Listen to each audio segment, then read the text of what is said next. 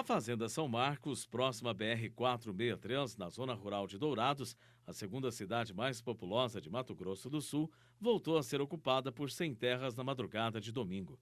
Há quase um mês, 250 famílias integrantes do MSTB, Movimento Sem Terra Brasileiro, desocuparam a área.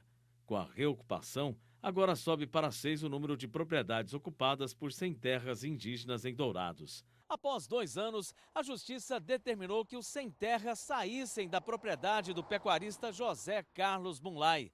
Um oficial de justiça esteve no local acompanhado de policiais militares. Os membros do MSTB decidiram cumprir o prazo estabelecido e sair pacificamente. As famílias desmontaram os barracos e levaram os pertences aos poucos. A desocupação da Fazenda São Marcos começou na madrugada do último dia 14 e continuou pela manhã. Na propriedade, eles deixaram plantações de feijão, milho e outras plantas que cultivaram durante os 2 anos em que ocuparam a área. 400 famílias que são integrantes do movimento reivindicam que a propriedade seja destinada à reforma agrária. O líder do movimento, Vanildo Elias, revelou que havia um acordo com a direção da usina. A reintegração de posse da área São Marcos, ela não estava pedida e nem seria pedido, enquanto não fosse decidido o destino da Fazenda São Marcos, a usina, enfim. Ele quebrou esse acordo. Tanto que na proposta que eu fiz para ele, que ele determinasse ali em torno de 50 hectares para que nossas famílias fossem plantando, colhendo e vivendo, até que fosse dado um destino à Fazenda São Marcos. Que lá no final, que ela não viesse para a reforma agrária, mas que as pessoas ficou ali por um tempo aguardando e que colheu daquelas 50 hectares. Ele ia analisar a questão das 50 hectares. Mentira. Ele já estava com o pedido de reintegração de posse pronta e nós desocupamos a usina em um acordo covarde. Os integrantes do MSTB fizeram 3 protestos no último mês. Eles foram à sede da usina São Fernando com faixas e cartazes, já que queriam participar da assembleia com credores que pode decidir o futuro da usina. A indústria, que também é da família do pecuarista José Carlos Munlai, passa por problemas financeiros. Os sem-terra também protestaram em frente ao centro de eventos, que recebeu o encontro. O líder do movimento informou ainda que, apesar da saída pacífica da Fazenda São Marcos, o MSTB programa novas mobilizações. Acreditamos que foi uma injustiça por conta do juiz de Dourados, porque o juiz que dá uma reintegração de posse favorável a um cidadão igual o Fernando Bulay e o senhor José Carlos Bulay, que deu um golpe nesse país, que golpeou os bancos, que está preso pela Lava Jato, isso é uma tremenda de uma falta de amor ao próximo. Tá? Esse é o nosso repúdio. Desocupamos sem força policial. E aí, não desistimos da São Marcos. Continuamos, vamos insistir até a última força que nós tiver. Também em Dourados, índios ocupam há mais de um ano 5 propriedades rurais entre o anel viário e uma aldeia Bororó. A gente tem feito levantamento há 3 anos atrás, com antropólogo, com nossos avô, pai, né, que conhecia essa área aqui.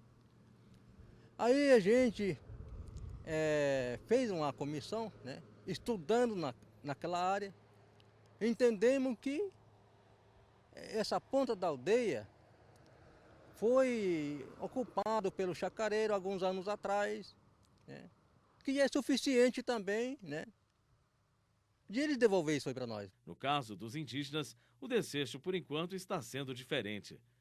A presidente do STF, Supremo Tribunal Federal, ministra Carmen Lúcia, suspendeu os efeitos da decisão da Justiça Federal que determinava a reintegração de posse da área. Com isso, os índios que estão aqui no local há 1 ano vão permanecer na área. Os proprietários dos imóveis pretendem recorrer na Justiça. Quando ocorreu a invasão, essas pessoas elas perderam suas residências e, mais do que isso, perderam até a forma de trabalho. Não tem como se sustentar. A situação deles é grave nesse ponto. Nós conseguimos, 30 dias após a ocupação, com uma liminar pedindo a reintegração. Infelizmente, ela não foi cumprida até hoje. A FUNAI e o Ministério Público entraram com recursos. Questionado se houver uma decisão desfavorável aos índios, o líder da ocupação garante que vai haver resistência. É meio difícil. Meio difícil. O que desde o início, o que a gente bateu na tecla que daqui nós não sai. Inclusive, né, alguns companheiros decidiram afastar, mas teve um número aí que não. Eu mesmo falo que se afastarem, eu não tenho para onde ir. Eu não tenho para onde ir. Na aldeia atual, que é o Bororó e Jogapiru, não tem como eu voltar lá, né? Eu saí, eu deixei para os meus filhos porque não tem mais aonde meu guri ir, então deixei para ele, para mim tomar uma decisão. Então daqui a gente não sai. O advogado João Weimer Filho já defendeu vários produtores que tiveram áreas ocupadas. Ele explica o que é preciso fazer nesses casos. Primeira coisa é comunicar à autoridade competente. Ele tem que fazer um boletim de ocorrência informando que a sua área foi invadida, determinando assim data e hora do ocorrido. Ao mesmo tempo, é muito importante que ele se prepare, que ele se municie de documentos que comprovem a posse. Ele tem que fornecer ao seu advogado, que vai entrar com a ação competente, que é a ação de reintegração de posse, ele tem que fornecer documentos desde a propriedade, da época do ano que ele tem, do seu histórico da propriedade, quanto ao que ele produz, quando ele produz, tudo isso para convencer o juiz para uma liminar o mais rápido possível.